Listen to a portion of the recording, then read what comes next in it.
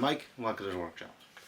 Now if you have a circular saw, you're always going to be looking for a way to make your cuts perfectly straight, perfectly square, and the exact size you want them. Now you can measure all of this out and put on a fence. It takes a lot of time. Or you could buy a track saw. These are really cool, but they're prohibitively expensive. So this week I'm going to show you how to convert this normal, relatively inexpensive circular saw into a track saw with scraps that you might have around the workshop. So let's roll the intro!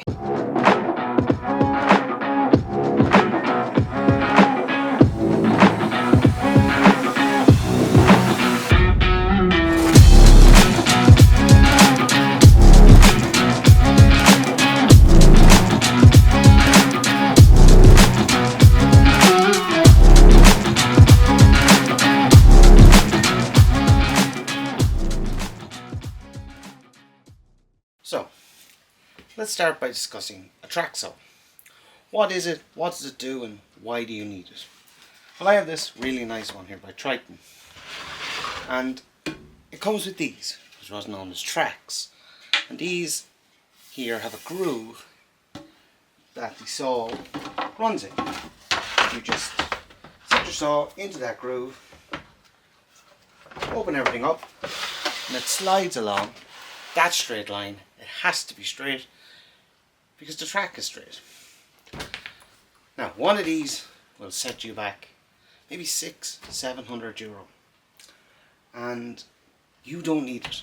In fact, a lot of the time I find this a little bit too heavy, a little cumbersome for what I'm doing, and the tracks I have are either this length or they're 6 foot long, so I'm always joining or I'm working awkwardly. So what I need is a nice, easy to use system for doing exactly this, cutting straight lines. And that's what we're going to do this week. So if we bring our circular saw back into play here, you can see our circular saw has a fence, and that fence is very square. And if you've used a circular saw before, I'm sure you've put down a lat or a level for that fence to guide along to do your cuts, but you're always calculating where exactly is the blade, and 9 times out of 10 it's not as accurate as you want. So we have what we need here. We have a saw that can cut, we have a reference edge. All we need is a fence and something that shows us exactly where the cut is. For that, all I need is this, 2 pieces of scrap ply. So let's get started. It's going to be a very quick video, but trust me, it'll be well worth your time. So here on my bench I have 2 pieces that I'm going to make my track saw out of, or my saw track, whatever way you want to look at it. Now you need 2 pieces to do this. So you need a known straight edge for the saw fence to run against.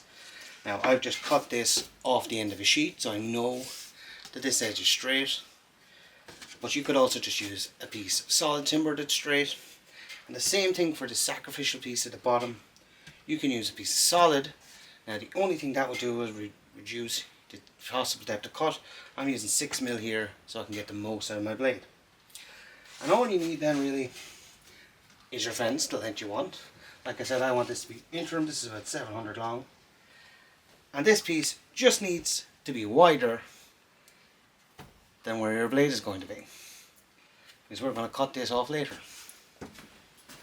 And I'm just screwing on this base plate. I explain it in a minute, but I'm just making sure that all of these go below the surface so I don't scratch it. This allows me to replace this bottom piece if I need to in the future. It's literally that quick. I timed it. This took me about 10 minutes all told. Well, we're almost done now. It's that quick. So all I need to do now is to clamp this down, cut off the excess. With the saw I'm going to use, this is very important.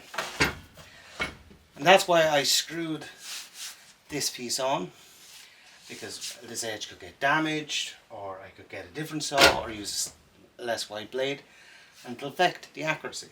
So it's easy just to replace this, move it, whatever I need to do. So I decided to move everything off my bench because I don't particularly want to cut into my really nice bench.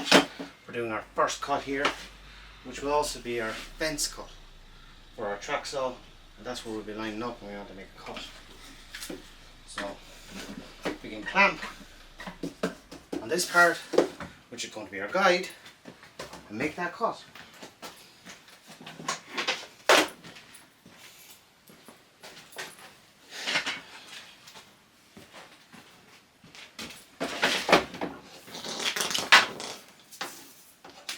So always make sure tools are plugged out before you explain stuff. So the setup for this is we want to make sure that the blade is going to be deeper than this, and we want to cut from the side that leaves the vast majority of the plate on this guide, so it'll stay square when we're cutting. So nothing too much but to do it. Plug out of the pocket. Let's go.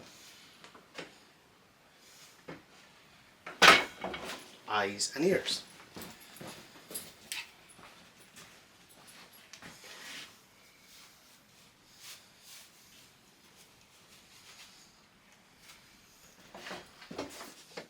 When you're making this cut, take your time and ensure that the saw is right up against that fence. Getting this perfect now makes it a lot easier when we're cutting later, because we can just line it up with our pencil line and know it'll be perfect. Alright, so now we have our saw sled or our homemade track saw. Let's give it a real world test.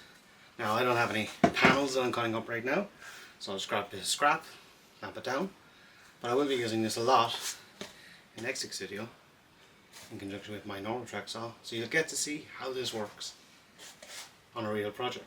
Make sure you tune in next week. In the meantime, let's get going at this. So here we have our piece that we want to cut a bit off. Let's say we're cutting it square.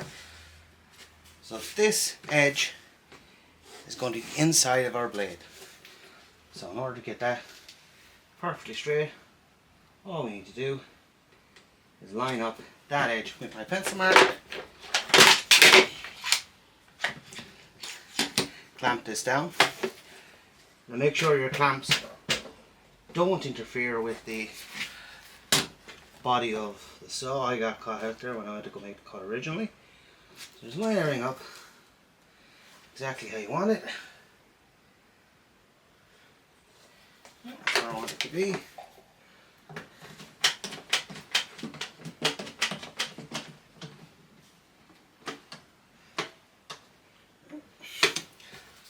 As simple as that. This can't move. Then we'll get our saw. And I set my saw here to be deeper than the combined thickness of our plate here, our guide, and our material. I've designed my saw track to work with these clamps, which are really low profile. They just have a bar on the top. That means that I can clamp this down and the motor of the saw can pass over it. Now, if you just have normal squeeze clamps,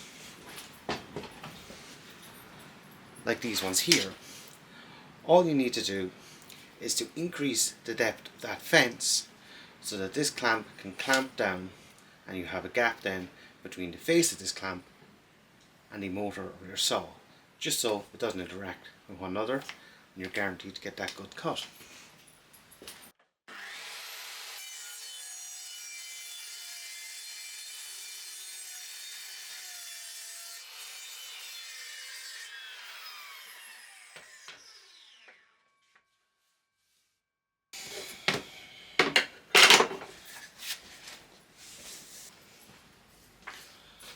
Let's see how we got on, shall we? That is straight as a die. I can't complain. And although it'll be hard to see it here. And we're square. And that is our track saw conversion for almost no money. Now, you're probably going to ask, do I have plans? No. Like I was saying earlier about the clamps, you need to make this suit your saw. So, and your setup. So I always intended to use these. So what I measured here was the distance between the body and this plate, and made sure that those clamps would always glide under. Alternatively, like I said, if you want to use bigger squeezy clamps, what you need to do is make your base plate so it is wider than from the outside of your motor here to the inside of your blade. That means then you can put your clamps outside of this and it won't affect the flow of your saw. So, thank you as always for staying to the end of the video. Make sure you like, share, subscribe, all that fun stuff. And absolutely do try this at home. Trust me, it'll make your life so much easier when you're making, particularly if you're cutting sheet material, making carcasses, that kind of stuff. This halves the time. So, goodbye. I'll see you next week.